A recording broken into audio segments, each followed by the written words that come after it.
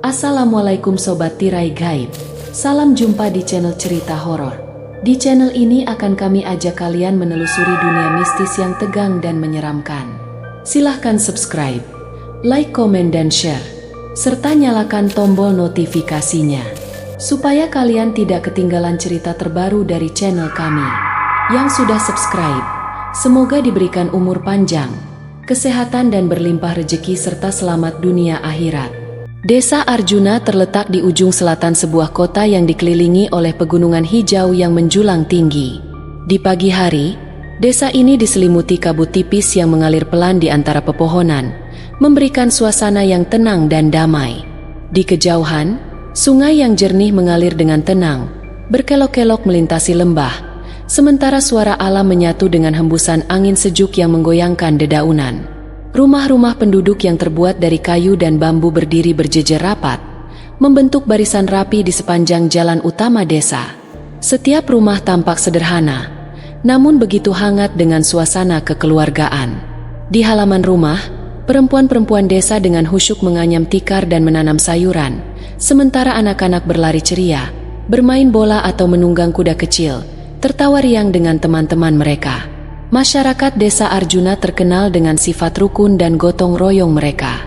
Setiap kegiatan selalu dilakukan bersama-sama, dari membersihkan jalan hingga menyambut tamu yang datang. Kebersamaan menjadi nilai utama dalam kehidupan sehari-hari mereka. Di tengah-tengah desa, terdapat sebuah masjid besar dengan menara yang tinggi, tempat penduduk mengumpulkan diri untuk beribadah dan berdiskusi tentang kehidupan. Masjid itu bukan hanya tempat beribadah, tetapi juga menjadi pusat kehidupan sosial masyarakat.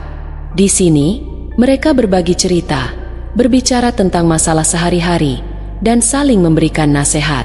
Tiap hari Jumat, suasana desa menjadi lebih hidup. Warga yang datang dari segala penjuru desa berkumpul di masjid untuk melaksanakan sholat Jumat bersama. Ada juga pasar yang ramai di dekat masjid, tempat para pedagang dari desa sekitar menjual hasil bumi mereka, mulai dari sayuran segar, rempah-rempah, hingga barang-barang kerajinan tangan yang diproduksi oleh warga setempat. Suasana pasar selalu ramai dengan tawa dan percakapan hangat antar warga, mencerminkan hubungan yang erat dan harmonis antara mereka. Walaupun desa ini sederhana, ada satu hal yang sangat terasa: kedamaian. Setiap orang tampaknya hidup dalam keseimbangan, saling mendukung dan menjaga satu sama lain. Setiap langkah, setiap detak jantung desa ini dipenuhi dengan rasa syukur dan kebersamaan yang mendalam. Di sini, kehidupan berjalan dengan harmonis, dan meski dunia luar terus berkembang pesat, desa Arjuna tetap teguh pada tradisi dan nilai-nilai yang mengikat mereka sebagai sebuah komunitas yang penuh kasih dan saling menghormati. Namun, meskipun desa ini begitu damai dan penuh dengan kebaikan, ada cerita lain yang tersembunyi di dalamnya. Sebuah cerita yang hanya diketahui oleh segelintir orang, cerita yang lebih gelap daripada apapun yang bisa dibayangkan oleh penduduk desa ini. Keindahan alam dan keharmonisan hidup mereka terkadang hanya menjadi latar belakang dari misteri yang belum terpecahkan. Dan di tengah ketenangan desa yang agamis dan dinamis ini, hadirnya Vira, gadis muda yang baru bekerja di warung sate Burina, akan membuka tirai cerita misterius yang selama ini terkubur. Keindahan desa yang penuh kebersamaan dan kedamaian ini seakan menyembunyikan kegelapan yang perlahan mulai mengintai. "Vira, tolong kamu antarkan pesanan ini ke meja nomor 27. "Ya, baik, Mbak," jawab Vira, seraya menerima nampan berisi 2 piring sate beserta 2 gelas minuman jeruk dari Mbak Citra, teman kerjanya di rumah makan milik Burina. Vira pun cepat membawa pesanan itu kepada 2 orang pemesan yang telah duduk menunggu cukup lama di meja nomor 27. Setelah itu, ia kembali ke dapur untuk mengambil pesanan yang lainnya. Hari itu merupakan hari pertama bagi Vira bekerja di rumah makan milik Burina, yang menyediakan aneka sate sebagai menu andalannya. Sejak pertama dibuka, rumah makan itu selalu ramai. Para pengunjung rela mengantri dan berdesak-desakan demi bisa menikmati sate Burina yang sudah terkenal kelezatannya. "Vira, tolong kamu ambil daging di ruang penyimpanan, ya?" "Siap, Mbak," jawab Vira pada Tika, yang bertugas sebagai koki. Vira, hati-hati." "Ya," pesan Tika. Dari tatapannya wanita yang telah bersuami itu seolah tak tega pada Vira, entah apa yang membuat Tika begitu. Menanggapi pesan Tika, Vira hanya terkekeh. "Mbak, pesanan kayak Vira disuruh ngambil daging di seberang pulau saja. Ruang penyimpanan kan cuma di belakang." "Mbak," ujar Vira. "Bukan begitu," desis Tika. Wanita itu menoleh ke sana kemari dengan ekspresi ketakutan. "Jangan lupa berdoa ketika berada di ruang penyimpanan." "Ya, di sana ada penunggunya," bisik Tika kemudian. Sesaat Vira terdiam. "Mbak, jangan nakutin deh," seloroh Vira, terkekeh. "Enggak, Vira, coba Mbak nggak lagi bakar sate. Pasti Mbak antar kamu. Intinya, kamu bismillah kalau masuk ke sana." "Ya." Mendengar pesan dari Tika, Vira hanya meneguk ludah, antara percaya dan tidak percaya. Namun, ia memilih menurut saja apa yang dikatakan oleh Tika barusan. Vira pun pergi ke gudang penyimpanan untuk mengambil daging yang diminta oleh Tika. Saat baru masuk semua terlihat normal. Hanya ruangan bersuhu rendah yang di mana-mana terdapat rak tersusun rapi dengan irisan-irisan daging berwarna merah di dalamnya. Vira berjalan memilih beberapa daging yang diperlukan. Setelah dirasa keranjang yang dibawanya cukup penuh, Vira berniat keluar dari ruangan itu. Namun, seseorang seperti berlari cepat di belakangnya. Vira pun refleks menoleh, tapi tak ada siapapun di sana. "Siapa tadi?" gumam Vira. Jelas-jelas, ia mendengar langkah kaki berlari di belakangnya. Vira membalik badan dan melangkah ingin tahu. "Keluar!" Pergi dari tempat ini, kaki Vira serasa terkunci di tempat. Tubuhnya menegang. Seluruh bulu kuduknya berdiri. Ia tak tahu siapa yang berbisik pada salah satu telinganya. Hanya suara bisikan. Namun suaranya terasa begitu lengking hingga Vira dapat merasakan cairan hangat mengalir deras dari kedua lubang hidungnya. "Darah?" lirih Vira. Saat menyadari jika cairan hangat yang mengalir dari kedua lubang hidungnya adalah darah segar. Mendadak pandangan Vira menjadi kabur. Ia tak dapat merasakan apapun setelahnya. Gadis itu ambruk di tempat. "Sudah siuman kamu, Vira?" "Alhamdulillah," sapa Citra. Wanita beranak satu itu merasa lega melihat Vira mulai membuka matanya. Citra bahkan masih dengan telaten menggosokkan minyak kayu putih pada telapak kaki Vira. "Apa yang terjadi, Mbak?" tanya Vira, merintih nyeri, berusaha bangkit dari baringnya. Dilihatnya beberapa teman kerjanya telah berdiri mengerumuni dirinya dengan tatapan cemas. "Kamu ditemukan pingsan di ruang penyimpanan. Hidungmu juga mengeluarkan banyak darah. Kamu pernah mimisan sebelumnya?" tanya Tika. Wanita itu tak kalah cemas dengan yang lain. Vira terdiam. Ia berusaha mengumpulkan semua ingatannya yang beberapa saat sempat terpecah.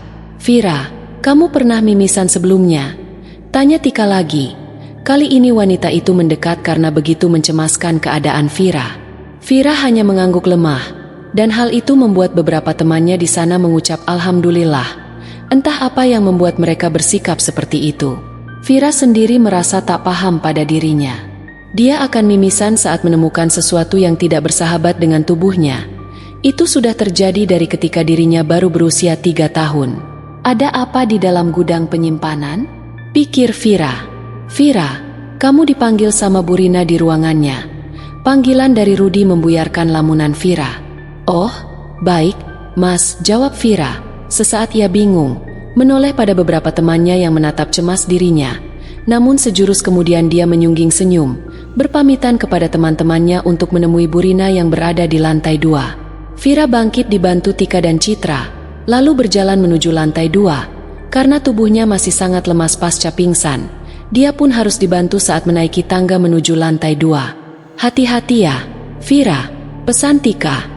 Sesampainya di depan pintu ruangan tempat bos mereka berada, Vira mengangguk seraya mengucapkan terima kasih. Vira masuk setelah mengetuk pintu dan mendapat sambutan dari dalam. "Vira Octavia, silahkan duduk," sapa Bu Rina, mempersilahkan Vira agar duduk di kursi yang bertengger di seberang mejanya.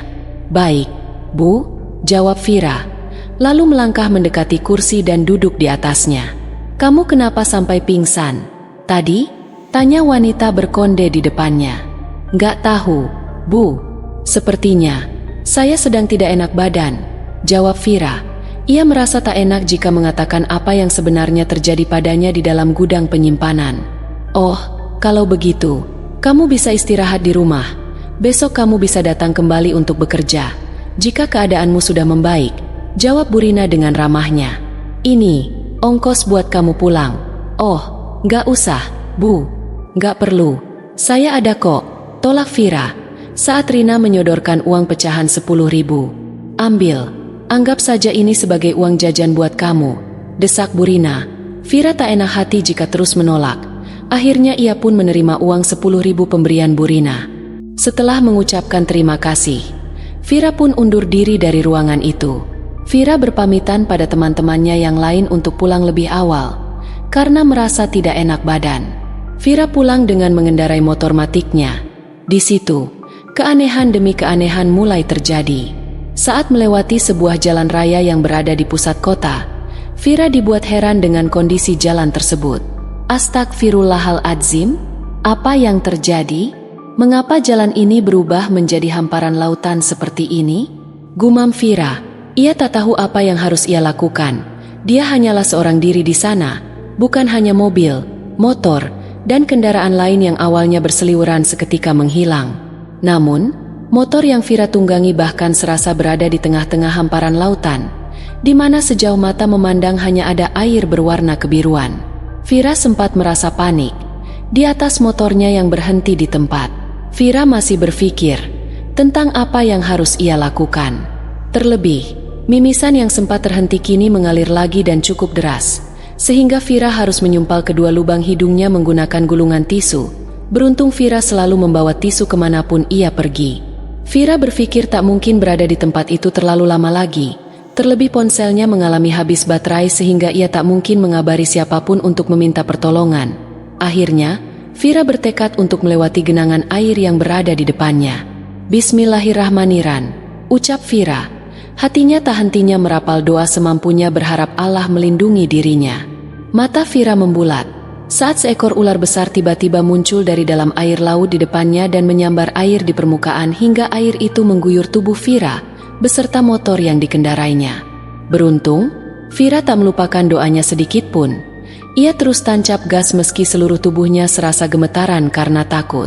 Tubuh ular besar itu berenang melingkar di permukaan air. Namun Vira berusaha untuk tetap bersikap tenang meski ketakutan telah menyergap dirinya. Meski berbekal doa dan amalan di dalam hatinya, Vira mampu melajukan motornya lebih cepat dari sebelumnya. Hingga begitu dirinya mendapatkan celah di antara ekor dan kepala ular besar yang melingkari motor yang ia tunggangi saat itu. Vira pun berhasil melepaskan diri.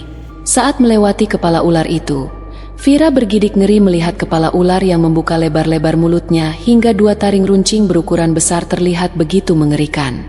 Lidah bercabang milik ular itu sempat menjulur. Beruntung Vira berhasil menyelamatkan diri dari ular tersebut dan bersamaan dengan itu air laut seketika menghilang berganti menjadi jalan kota pada umumnya. Bukan hanya itu, kendaraan dan orang-orang juga terlihat berlalu lalang. Vira terlalu kencang membawa motornya karena masih refleks saat membebaskan dirinya dari ular besar. Alhasil, motornya masuk menabrak bilik sebuah rumah makan yang bertengger di tepi jalan. Astagfirullahaladzim. Nak, kamu nggak apa-apa? Vira hanya merintih nyeri mendengar ucapan seorang nenek tua yang tergopoh menghampiri dirinya. Dengan bantuan nenek itu, Vira pun bangkit. Beruntung tak ada luka yang serius meski motornya mengalami kerusakan parah. Enduk, kamu harus berhati-hati. Seseorang telah menandai dirimu sebagai calon tumbal. Pesan dari nenek tua itu membuat Vira terhenyak. Vira terhenyak mendengar ucapan nenek tua itu. Jantungnya berdetak cepat. Merasa ada yang aneh dengan segala kejadian yang baru saja dialaminya. Ia terdiam sejenak, mencoba mencerna apa yang baru saja didengarnya. Calon tumbal? Gumam Vira, suaranya tercekat. Merasa bingung sekaligus cemas. Nenek, maksudnya apa?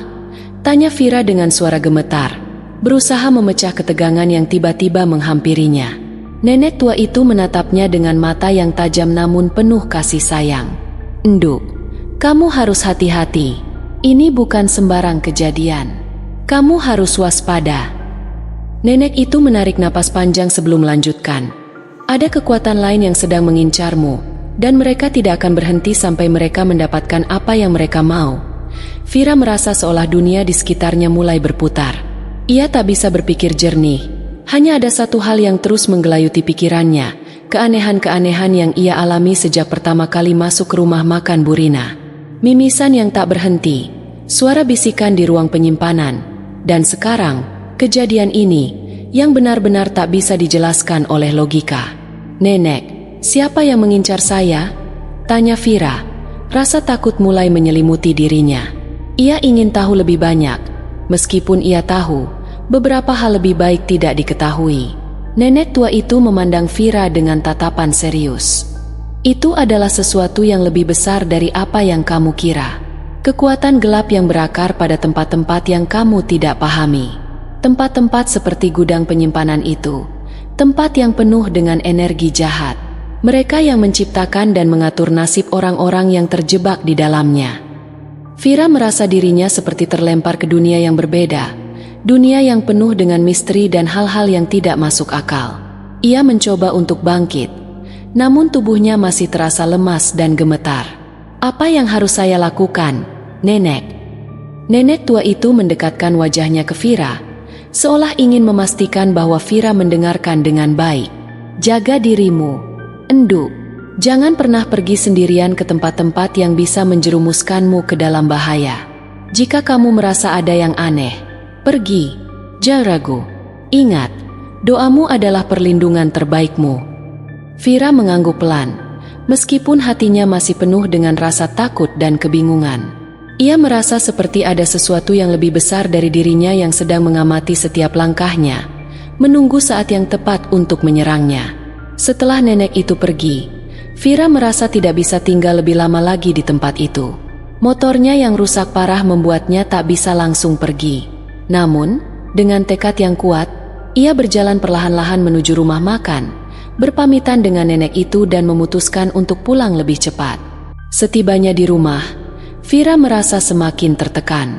Dia mengunci pintu kamar, mencoba untuk menenangkan diri. Namun, bayangan ular besar yang sempat mengejarnya terus menghantuinya. Air laut yang tiba-tiba muncul, suara bisikan yang mengejutkan, dan perasaan bahwa sesuatu yang gelap sedang mengintainya. Semuanya terasa seperti mimpi buruk yang tak bisa ia lupakan. Ia memutuskan untuk tidur malam itu, berharap bisa melupakan semua kejadian aneh yang baru saja menimpanya. Namun, tidur itu tidak datang dengan mudah. Setiap kali matanya terpejam, bayangan-bayangan itu muncul lagi, menghantui dan menakutinya. Pagi harinya, Vira bangun dengan perasaan lelah. Ia merasa tubuhnya berat, namun hatinya lebih berat lagi. Ia memutuskan untuk kembali bekerja, meski masih merasa was-was.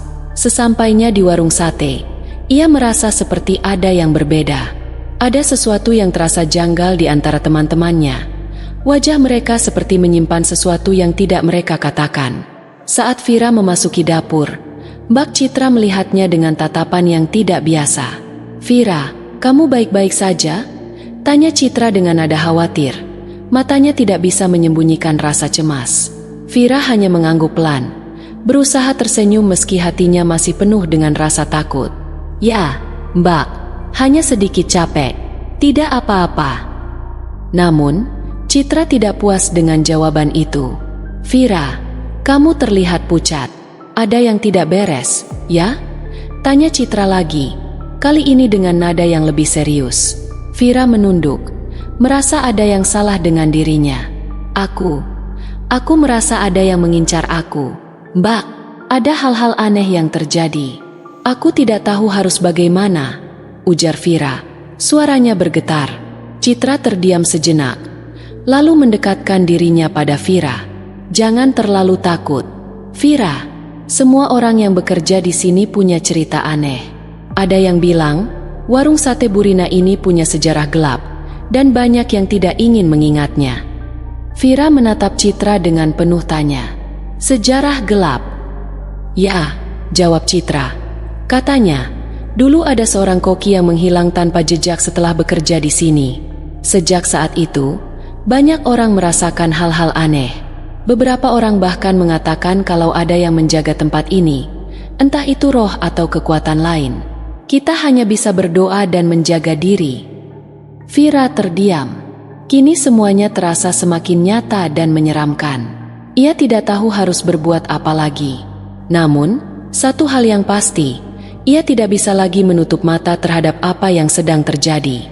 Warung sate Burina, tempat yang tampaknya biasa saja, kini telah berubah menjadi pusat dari semua misteri yang tak bisa ia jelaskan. Vira harus mencari tahu lebih banyak tentang warung sate ini dan mengungkap kebenaran di balik semua keanehan yang terjadi, sebelum semuanya terlambat. Vira merasa ketakutan semakin mencekam dirinya. Setiap langkah yang ia ambil, seakan ada yang mengawasi dari balik bayangan. Ia tidak bisa mengabaikan semua yang telah terjadi. Keanehan-keanehan yang muncul sejak pertama kali ia bekerja di warung sate Burina mulai terasa seperti takdir yang tak bisa dielakkan. Ia harus mencari tahu lebih banyak, meski itu berarti menghadapi ketakutan yang semakin menggerogoti dirinya. Hari itu, Vira memutuskan untuk pergi ke warung sate lebih awal. Ia ingin berbicara dengan Burina, berharap bisa mengetahui lebih banyak tentang sejarah tempat itu. Sesampainya di sana, suasana di warung terasa sepi, berbeda dengan biasanya yang selalu ramai. Hanya ada beberapa pelanggan yang sedang menikmati hidangan mereka dengan tenang, sementara sebagian besar kursi terlihat kosong. Vira menuju ke bagian belakang warung, tempat Burina biasa duduk untuk mengawasi jalannya bisnis. Dengan langkah yang mantap, ia mengetuk pintu ruang kerja Burina dan segera masuk setelah mendapat izin. "Selamat pagi, Burina," sapa Vira dengan suara yang sedikit ragu. Burina yang sedang duduk di mejanya mengangkat wajahnya, memberikan senyum hangat kepada Vira. "Selamat pagi, Vira. Ada yang bisa Burina bantu?" Vira mengambil napas dalam-dalam, mencoba menenangkan diri sebelum bertanya. "Bu, saya ingin tahu lebih banyak tentang warung sate ini. Ada beberapa hal aneh yang saya alami, dan saya merasa perlu tahu lebih banyak." Wajah Burina berubah serius mendengar permintaan Vira. "Anak muda, kamu bukan yang pertama merasakan hal itu. Sudah banyak yang mengalami kejadian aneh di sini, dan aku memang seharusnya memberitahumu lebih cepat." Vira terkejut mendengar itu. "Kenapa Bu tidak memberitahuku dari awal?" tanyanya, bingung. Burina menghela napas panjang, tampak berpikir sejenak. "Ini bukan tempat biasa, Vira. Dulu, warung sate ini dibangun di atas lahan yang sudah lama tidak dihuni. Banyak cerita yang beredar tentang tempat ini. Mereka yang bekerja di sini sering merasakan hal-hal aneh, dan kadang-kadang ada yang tidak kembali setelah masuk ke ruang penyimpanan." Vira menelan ludahnya, merasa cemas mendengarnya. "Lalu, apa yang sebenarnya terjadi di sini, Bu? Apa yang harus saya lakukan?" tanyanya dengan suara bergetar. Burina mendekat, menatap Vira dengan mata yang penuh arti. "Vira, ada sesuatu yang lebih besar dari sekadar warung sate ini. Ada kekuatan yang mengendalikan tempat ini, dan mereka yang bekerja di sini terkadang terikat dengan kekuatan itu." "Sate ini," Burina terdiam sejenak, seolah mencari kata-kata yang tepat. "Bukan hanya soal daging yang dipanggang, tapi ada sesuatu yang lebih gelap di baliknya." Vira semakin bingung. "Tapi, apa yang bisa saya lakukan, Bu? Saya takut jika kejadian-kejadian aneh itu akan semakin buruk." Burina meraih tangan Vira dengan lembut. "Kamu harus berhati-hati. Ada cara untuk mengusir energi jahat yang bersemayam di sini, tapi itu bukan hal yang mudah. Kamu harus kuat, dan kamu harus berani." Vira merasa seolah dunia di sekitarnya berguncang. "Apa itu berarti saya tidak bisa pergi dari sini? Apakah saya harus tetap bekerja di tempat yang penuh dengan bahaya ini?" tanyanya, suara hampir putus asa. Burina menggelengkan kepala pelan. "Tidak, Vira, kamu masih punya pilihan. Kamu bisa pergi kapan saja, tapi itu berarti kamu harus meninggalkan segalanya termasuk pekerjaan dan kehidupan yang sudah kamu bangun di sini." Vira berpikir sejenak, memikirkan keputusan yang akan diambil. Ia tidak tahu apakah dirinya siap untuk meninggalkan semuanya. Di satu sisi, ia merasa ada kekuatan yang lebih besar yang mengendalikan takdirnya di sini, tetapi di sisi lain, ia juga merasa bahwa meninggalkan tempat ini mungkin adalah satu-satunya jalan untuk menyelamatkan dirinya. "Bu," kata Vira dengan suara lebih tegas, "saya ingin tahu apa yang harus saya lakukan untuk mengusir semua ini. Saya tidak bisa hidup terus-menerus dalam ketakutan seperti ini." Burina tersenyum lemah. "Baiklah, Vira, kalau itu keputusanmu, aku akan memberitahumu apa yang perlu kamu lakukan. Tapi, ingat, itu akan sulit dan penuh dengan bahaya. Vira mengangguk, siap mendengar lebih lanjut. Burina mengambil sebuah kotak kayu kecil dari lemari di dekat meja kerjanya dan membuka tutupnya dengan hati-hati. Di dalam kotak itu terdapat beberapa benda yang tampak usang, sebatang kayu kecil, beberapa koin kuno, dan sebuah kertas berisi tulisan dalam bahasa yang tidak Vira mengerti. Ini adalah benda-benda yang dulu digunakan untuk mengusir kekuatan gelap di warung ini. Kayu ini adalah simbol perlindungan. Koin-koin ini adalah tanda untuk mengikat energi negatif. Dan kertas ini mengandung doa yang harus kamu baca dengan penuh keyakinan. Jika kamu memutuskan untuk melakukannya, pastikan kamu melakukannya dengan tulus dan tanpa ragu. Semua itu harus dilakukan di ruang penyimpanan, di tempat yang menjadi sumber semua keanehan ini. Vira memandang benda-benda itu dengan penuh perhatian. Ia merasa seperti ada banyak hal yang belum ia pahami, namun satu hal yang pasti, ia tidak bisa mundur begitu saja. Terima kasih, Bu. Saya akan melakukannya, jawab Vira dengan penuh tekad.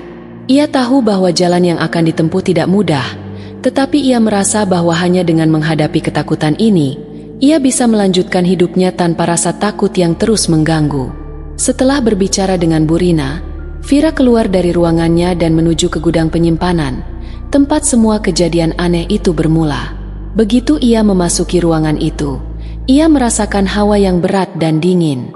Suasana terasa semakin tegang, seolah ruang itu sendiri mengawasi setiap gerakannya.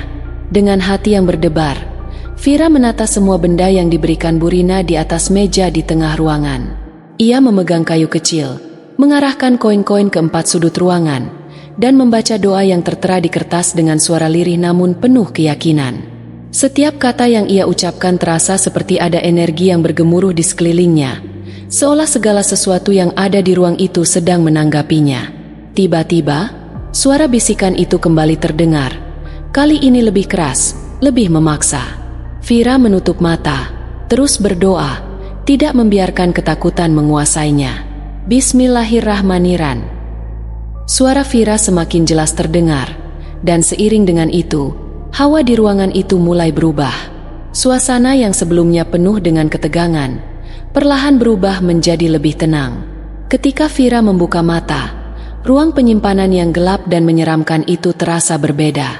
Seolah-olah, kekuatan yang menghantui tempat itu mulai menghilang. Namun, Vira tahu, perjalanannya belum berakhir. Ia harus tetap waspada, karena meskipun kekuatan gelap itu tampak menghilang, tidak ada yang tahu apa yang akan terjadi selanjutnya.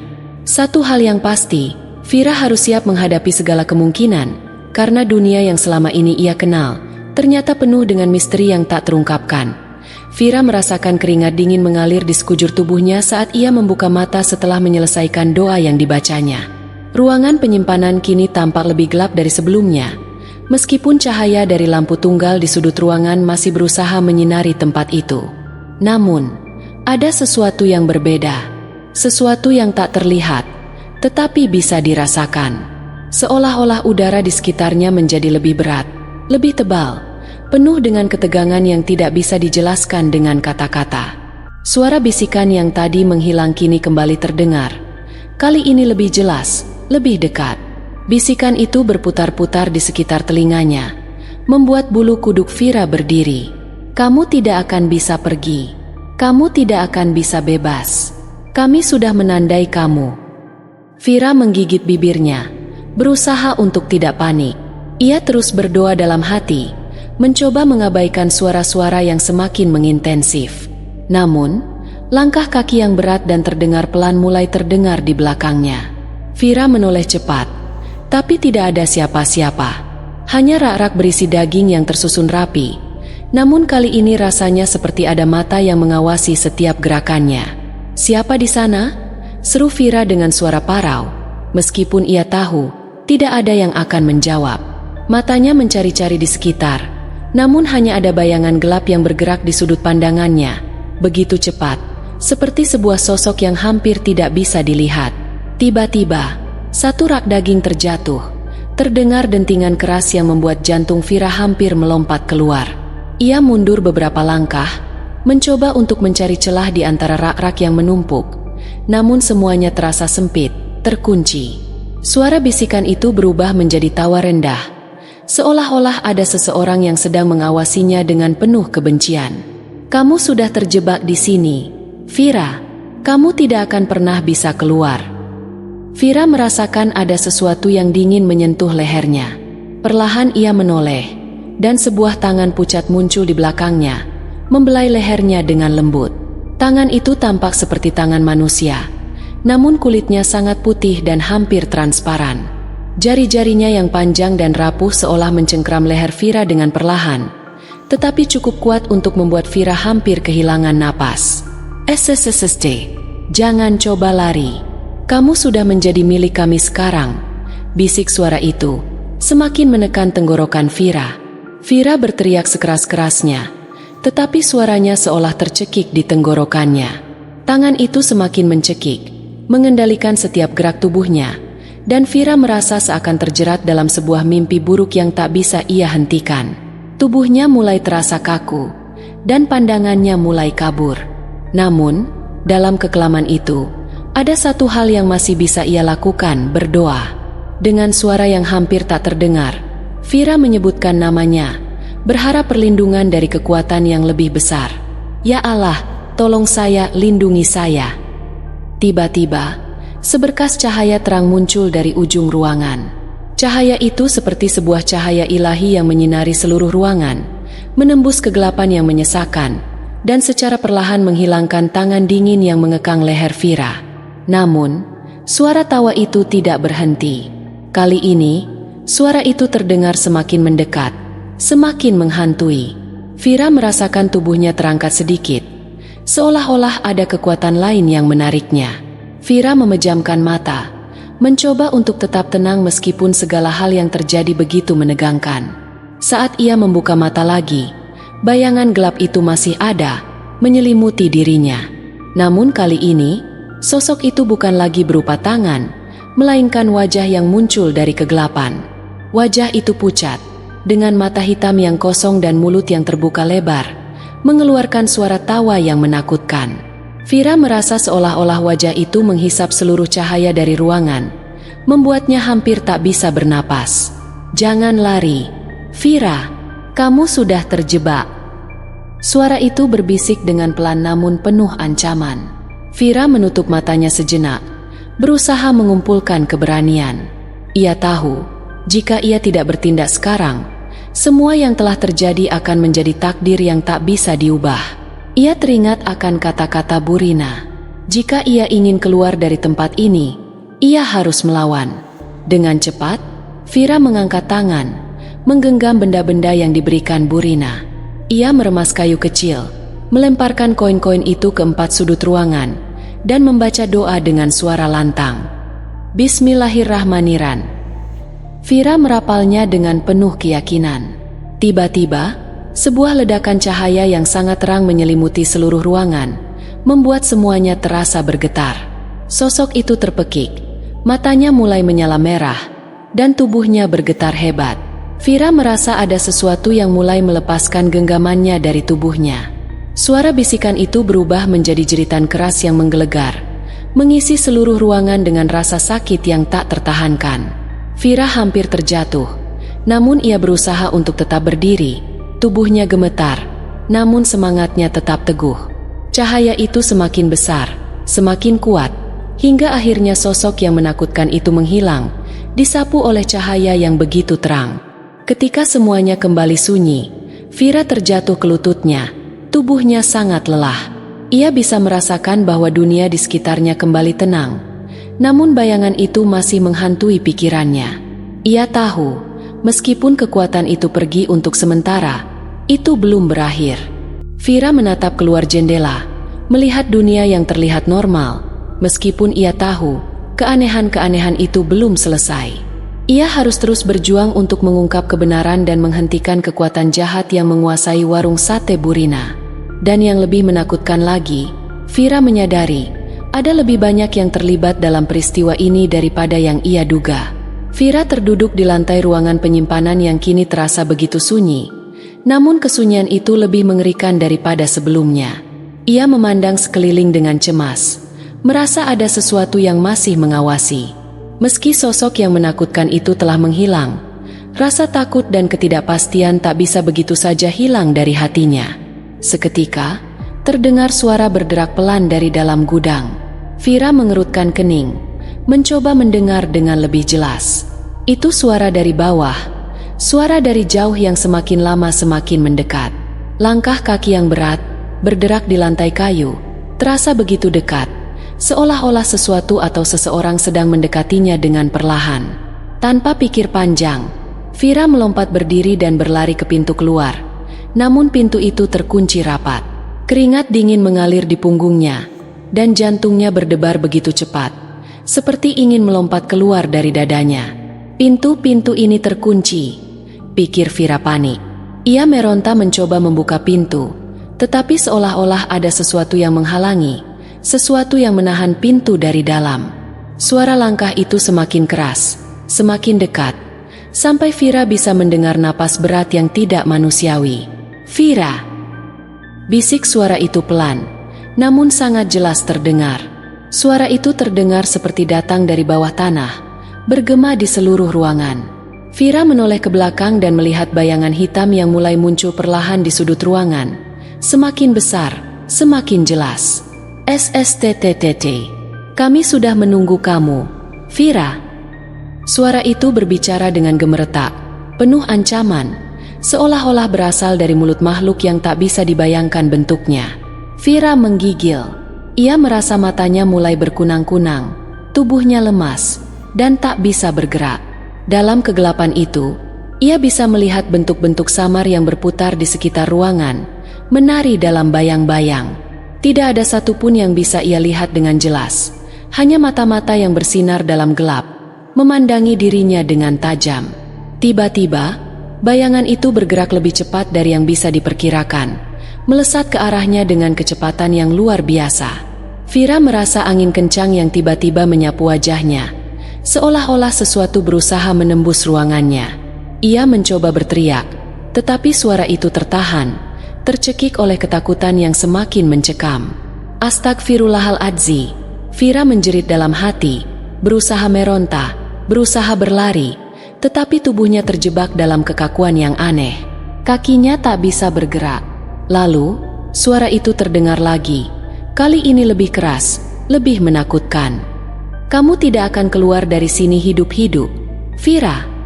Vira merasa jantungnya hampir berhenti berdetak, tubuhnya semakin kaku, nyaris tak bisa bernapas.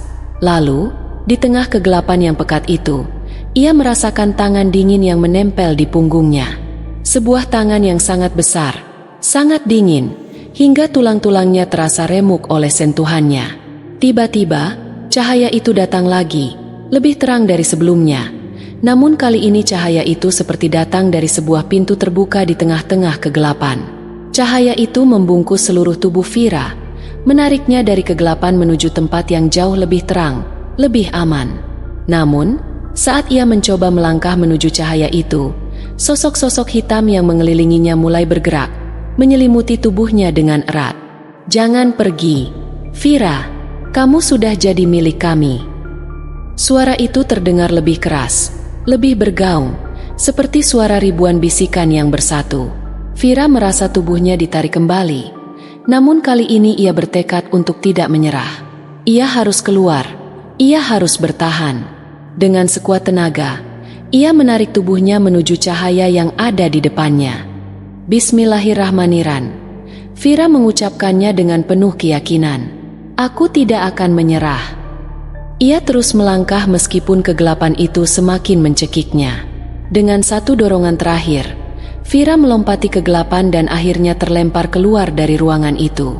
Begitu ia menginjakkan kaki ke tanah, cahaya terang menyelimuti dirinya. Suara langkah-langkah itu, suara bisikan, dan tangan dingin yang mencengkram tubuhnya, semuanya hilang. Vira terjatuh ke tanah, nafasnya terengah-engah, tubuhnya terasa lelah. Ketika Vira membuka matanya, ia mendapati dirinya berada di sebuah tempat yang sangat asing. Tidak ada lagi warung sate. Tidak ada lagi gudang penyimpanan yang menakutkan. Di sekelilingnya, hanya ada hutan lebat dengan pohon-pohon tinggi menjulang, dan udara yang begitu sejuk. Di kejauhan, ia bisa melihat sebuah cahaya redup yang tampak seperti rumah. Vira bangkit, memandang ke sekelilingnya dengan bingung. Namun, sebelum ia bisa melangkah lebih jauh, suara itu kembali terdengar, kali ini lebih jauh, tetapi masih bisa dirasakannya di dalam dadanya. Kamu hanya melarikan diri, Vira. Kamu belum selamat. Kami akan selalu ada di sana, menunggu. Vira terdiam, merasakan ketakutan yang mulai kembali menghampirinya. Ia menyadari bahwa meskipun ia berhasil keluar dari warung sate itu, apa yang baru saja terjadi padanya bukanlah akhir dari segalanya. Kekuatan gelap itu akan terus mengejarnya, tidak peduli kemana ia pergi. Warung sate Burina mungkin telah meninggalkan dirinya, tetapi kenyataan itu tetap menghantui. Dan Vira tahu, ia tak akan pernah bisa benar-benar bebas dari bayang-bayang itu. Dengan langkah yang ragu namun tegas, Vira melanjutkan perjalanannya, berharap ada jawaban untuk semua yang terjadi. Namun, yang ia temui di ujung perjalanan ini adalah lebih banyak misteri, lebih banyak hal yang belum terungkap. Dan mungkin, beberapa hal memang lebih baik dibiarkan tersembunyi, karena ada kekuatan yang tidak akan pernah bisa ditaklukkan, dan Vira hanya bisa berharap bahwa dia akan siap menghadapi apapun yang datang berikutnya. Terima kasih Sobat Tirai Gaib. Jangan lupa subscribe, like, komen dan share, serta nyalakan tombol notifikasinya, supaya kalian tidak ketinggalan cerita terbaru dari channel kami. Yang sudah subscribe semoga diberikan umur panjang, kesehatan, dan berlimpah rejeki, serta selamat dunia akhirat.